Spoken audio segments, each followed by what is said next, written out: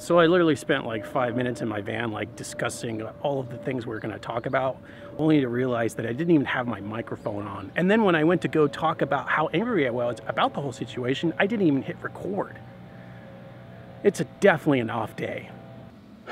Speaking of off days, it's been kind of an off week for me. I wasn't really sure what I was going to shoot this episode about, but there's a few things that I do need to talk about, and that's starting with, when am I actually going to start traveling? I mean, Cambria was supposed to work out, but that completely failed.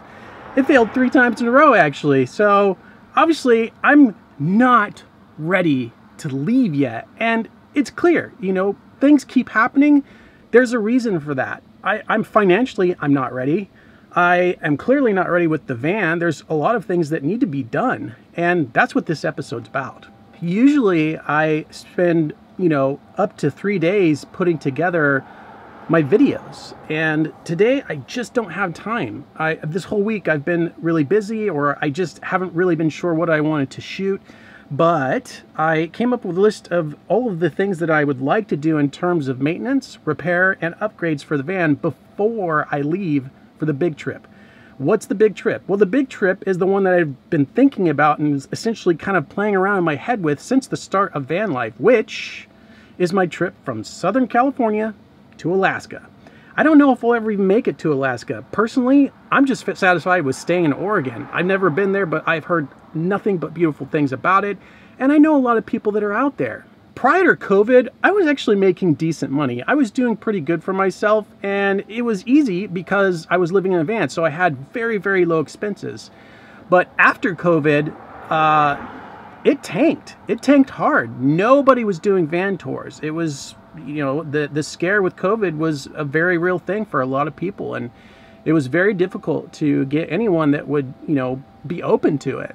Basically, for the last 4 to 5 months, my finances have just progressively got worse and worse and worse, to where I'm borrowing, I'm being dependent on other people, and I really don't like having to do that because I'm a perfectly able human being, and I can certainly deliver a beautiful product between my photography and my videography and whatever other skills I do. My primary focus has been my work with Tiny Home Tours. Well, I'm not making money with Tiny Home Tours anymore, and technically speaking, I was really never ever making my value for what I was delivering.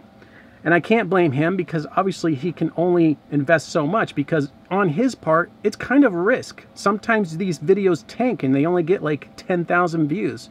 He makes nothing on it. He certainly doesn't make his return on it. And sometimes they get 1 million. It's a total crapshoot. We never really know what you guys want, or at least what YouTube thinks we want. Sometimes it'll be a solo female van life girl. Sometimes it'll be a family in a bus. Sometimes it'll be a tree house. You just never know what's gonna actually do well. It's 10 o'clock now. I have to leave at 2 o'clock, so I've literally got maybe a half hour to shoot and a half hour to edit before I gotta go to my next job. Speaking of work, I wanna get into a field that supports the lifestyle of travel. Really, there's only one that I can think of that would be the most beneficial for me, is weddings. I have shot a few weddings, but they were only candid shots. I never got to do any really controlled photography portrait shoots with people, and I would love to be able to do that. Prior to moving into the van, I sold all my photography gear. I only have what I needed for real estate. I basically sold everything else I had because I needed the money. I haven't really done any photography since moving into the van. I did like 1 headshot for this real estate agent, which they actually turned out pretty great, but I just kind of put all my focus on Tiny Home Tours. That was what I was doing. And Tiny Home Tours, I have no regrets about it. It was something that I needed to do because I wanted to know if people actually enjoyed watching my videos. And Tiny Home Tours was the perfect way to do that because they had such a huge following of people. When I first started, they only had like 375,000 subscribers, and after 1 year he's at 550, and he's gaining. He's getting more and more. It wasn't even just a few months ago he had hit the 500,000 mark, and he's already gained 50,000 more subscribers, so he's doing very, very well. It's just time to move on from Tiny Home Tours and do my own thing. I need to leave my own mark. You know what I mean? Let's just go ahead and get started with the changes that need to be done. So the first repair or replacement is the inverter, which is going to cost me about $300 to $400. but I absolutely have to have it. I need the inverter to be able to plug in my refrigerator. It does have a 12-volt outlet, but I don't have a 12-volt outlet to plug into. So this is priority number one, because if I want to make any other trips, I would like to preferably do it with solar. Because yes, I still have my solar power and I've got this hookup here, but this needs to be here. I've got to have this especially for my laptop. That's pretty much the biggest thing. I mean, the fridge is a luxury, but having the laptop plugged in is a must, because my laptop will not run effectively without being plugged in. Originally, I talked about lowering this bed, but since I'm not selling it, I'm okay with the height of bed. I do like having the extra storage. So I want to go ahead and replace this toilet. Don't buy this toilet. This is a Dometic portable toilet. It's the 2.5 gallon. It's a piece of shit. I don't recommend getting this one, but I do have enough room for a 5 gallon. If I can give myself another day or two to not have to dump this, that's okay by me. So that's definitely an upgrade. $65, no big deal. The next thing I want to replace is this faucet, which is going to be literally like a $15 fix, and I'll probably spend another $10, $15 on the piping that I need so that I can run it underneath. But that's a must, because frankly, I've not been able to use this thing since I bought it. This flooring is so freaking ugly. I have to replace this floor. It's got to get done. I hate seeing all these ugly scratches. It's completely irreparable. There's nothing I can do about it other than just replace it. So I want to be as prepared as I can be for the cold.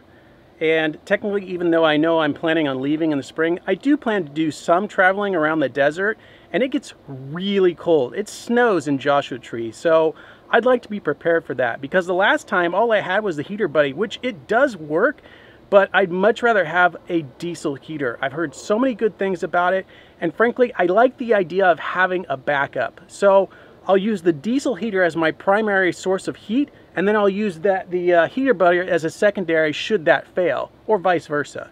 I have always hated looking at this grill. It just looks like shit, and it's broken right here, and it's taped up, and it just looks so janky. And you know, I figure if I'm gonna be painting this thing and trying to make it look nice, I might as well replace this grill too. So that's definitely going to happen.